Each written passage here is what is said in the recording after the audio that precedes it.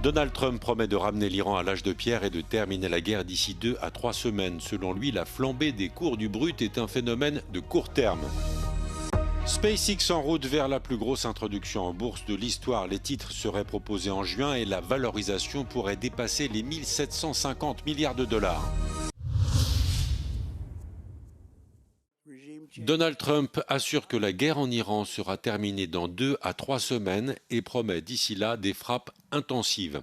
Selon le président américain, la flambée des prix du pétrole est un phénomène de court terme. Les États-Unis sont épargnés par l'inflation et l'uranium enrichi des Iraniens est profondément enfoui après les frappes de juin dernier. I can say tonight that we are on track to complete all of America's military objectives shortly, very shortly. We are going to hit them extremely hard over the next 2 to 3 weeks. We're going to bring them back to the Stone Ages where they belong. In the meantime, discussions are ongoing. Faute de progrès dans les discussions avec Téhéran, Donald Trump menace de frapper durement les centrales électriques iraniennes. Dans son allocution, le président américain n'a pas évoqué un éventuel déploiement de troupes américaines au sol. L'armée iranienne a répondu par communiqué à Donald Trump en promettant de poursuivre la guerre jusqu'à l'humiliation des ennemis de l'Iran. De son côté, le ministre iranien des Affaires étrangères a confirmé que des contacts avaient lieu et précisé qu'il ne s'agissait pas pour autant de négociations. Les cours du brut ont augmenté de 4% et les marchés boursiers en Asie ont chuté après l'allocution de Donald Trump. Le blocage du détroit d'Ormuz touche tout particulièrement la Chine et Pékin accuse les États-Unis et Israël d'être la cause première des perturbations. Téhéran annonce pour sa part de nouvelles frappes sur Israël et les bases américaines dans le Golfe.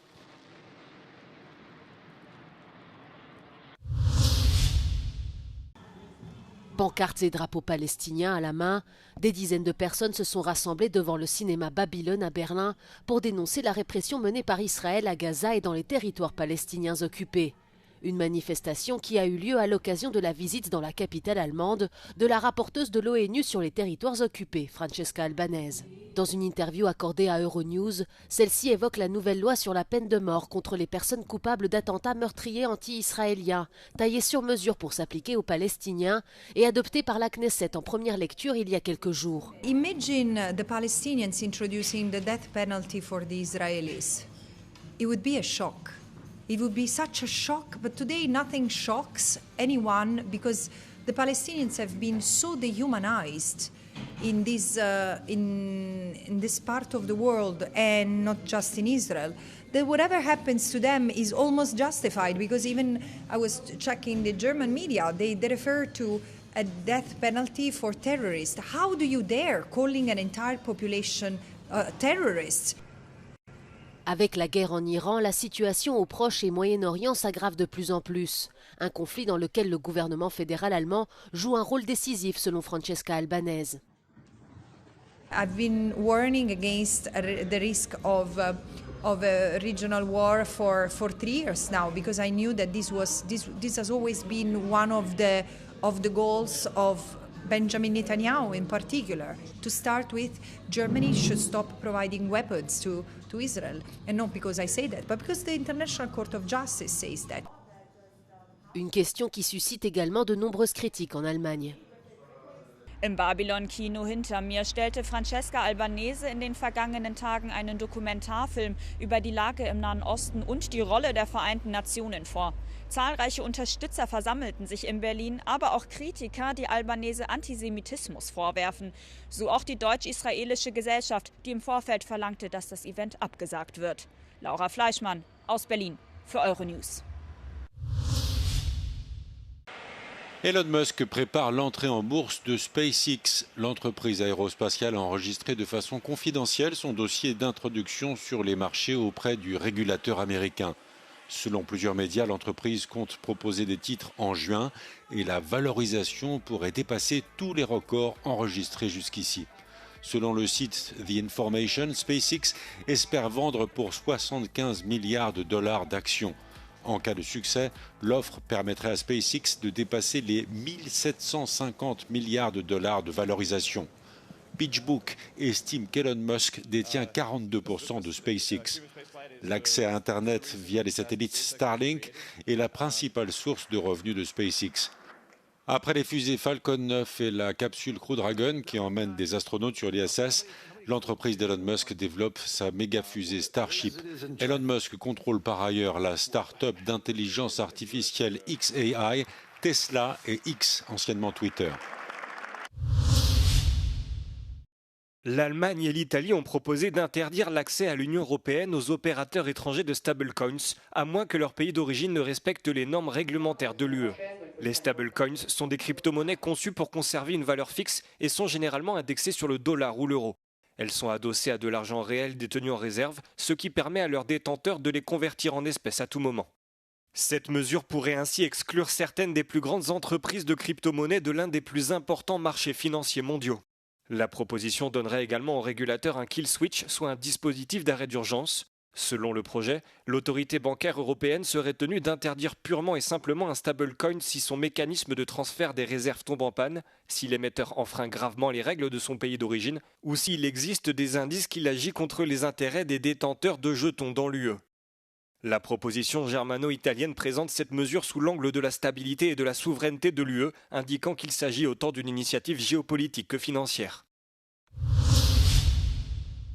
Le gouvernement grec sous pression, le parquet européen élargit son enquête sur le système de fraude présumé pour détourner les aides agricoles européennes. Le bras armé de la justice financière européenne a demandé mercredi la levée de l'immunité parlementaire de 11 députés grecs soupçonnés d'être mêlés au scandale. 24 heures plus tard, le parquet européen transmet à la justice grecque un dossier concernant 2 nouveaux députés qui font l'objet d'indices d'incitation à une violation des devoirs liés à une fonction. Les 11 autres élus sont soupçonnés d'être partie prenante d'un vaste système de fraude. Les faits se seraient déroulés en 2021, soit durant le premier mandat du Premier ministre Kyriakos Mitsotakis. Un ministre a déjà démissionné l'année dernière. Selon les médias grecs, 2 ministres en exercice et un vice-ministre du gouvernement figurent sur la liste du parquet européen. Le Parti socialiste grec tire à boulet rouge sur le Premier ministre Kyriakos Mitsotakis et accuse son gouvernement de corruption. Le Parlement européen tire la sonnette d'alarme sur le déficit de logements sociaux au Portugal et plaide pour une réponse commune à l'échelle européenne. Lors d'une visite à Lisbonne visant à discuter des mesures à prendre pour remédier à cette situation qui touche tous les pays d'Europe, une délégation de la Commission spéciale du Parlement européen sur le logement a rencontré les autorités nationales et des représentants du secteur. Lors d'une conférence de presse, la présidente de cette commission, l'italienne Irene Tinagli, a présenté les résultats de la visite et a souligné que le Portugal est confronté à une crise majeure. What we saw in these days in Lisbon is that Portugal in particular is suffering from a severe crisis because of a combination of factors, like for example the very low provision for public and social housing, which is a 2%. It's probably one of the lowest in the Union, which is of course creating further problems in terms of affordability.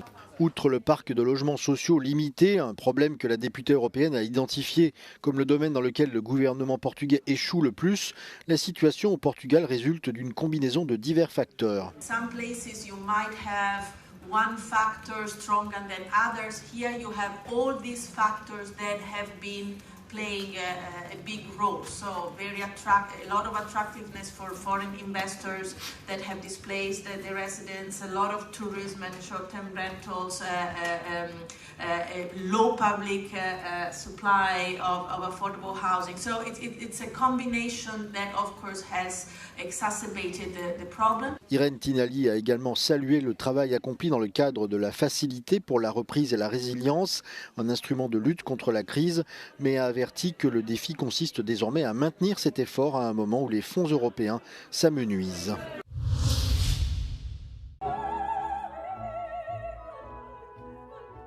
Une reine déchue, un monarque au pouvoir sans limite et une tragédie historique revisitée. Anna Bolena de Gaetano Donizetti fait son grand retour dans une nouvelle production de l'Opéra national de Grèce, mise en scène par Témélis Glinatzis et dirigée par Jacques Lacombe. Créée en 1830 à Milan, cette œuvre du bel canto plonge dans les derniers jours d'Anne Boleyn, deuxième des 6 épouses du roi Henri VIII. Αυτό που με ενδιέφερε σκηνοθετικά στην όπερα του Ντονιτσέτη είναι καταρχάς να απομακρυνθούμε τόσο εγώ όσο και οι συντελεστές και οι συνεργάτες από μια πεπατημένη προσέγγιση του μπελκάντο, που κατά τη γνώμη μου είναι μια νεκρή σκηνοθετική προσέγγιση και αισθητική προσέγγιση. Και για μένα ο τρόπος αναζωογόνησης, όσο παράδοξο και να ακουστεί, είναι η ιστορία. Δηλαδή, τόσο η ιστορία της Μπολέιν και του Ερίκου, η πραγματική ιστορία, ήταν μια βαθιά συγκρουσιακή περίοδος. Και για μένα το κομμάτι της σύγκρουσης είναι αυτό το οποίο λειτουργεί σαν το βασικό δραματουργικό πυρήνα όλης της παράστασης. Anne Boleyn est interprétée par Maria Kozovica. La soprano de 30 ans a étudié au Conservatoire Royal d'Anvers et à l'Académie Verdi à Milan. Νομίζω ότι είναι ένα πρόσωπο που έχει αφήσει το στίγμα της στην αγγλική ιστορία και νιώθω πολύ μεγάλη τιμή που παίζω ένα τέτοιο πολύ σημαντικό ρόλο. Η αλήθεια είναι ότι ο ρόλος της Άννα Μπολένα είναι πολύ μεγάλων απαιτήσεων τεχνικών και ερμηνευτικών και φυσικά υπάρχουν οι αξεπέραστες ερμηνείες όπως της Κάλλας και άλλων θρυλικών τραγουδιστριών που ερμήνευσαν το ρόλο, που για μένα αποτέλεσαν έμπνευση, αλλά με βοήθησαν να καταλάβω ότι για να βγει ο ρόλος αληθινά πρέπει να βάλω και το δικό μου βίωμα μέσα, ώστε να ζωντανέψει η Άννα και να μην προσπαθήσω να κάνω απλά μια αντιγραφή των σπουδαίων ερμηνεών που έχουν υπάρξει για αυτό το ρόλο.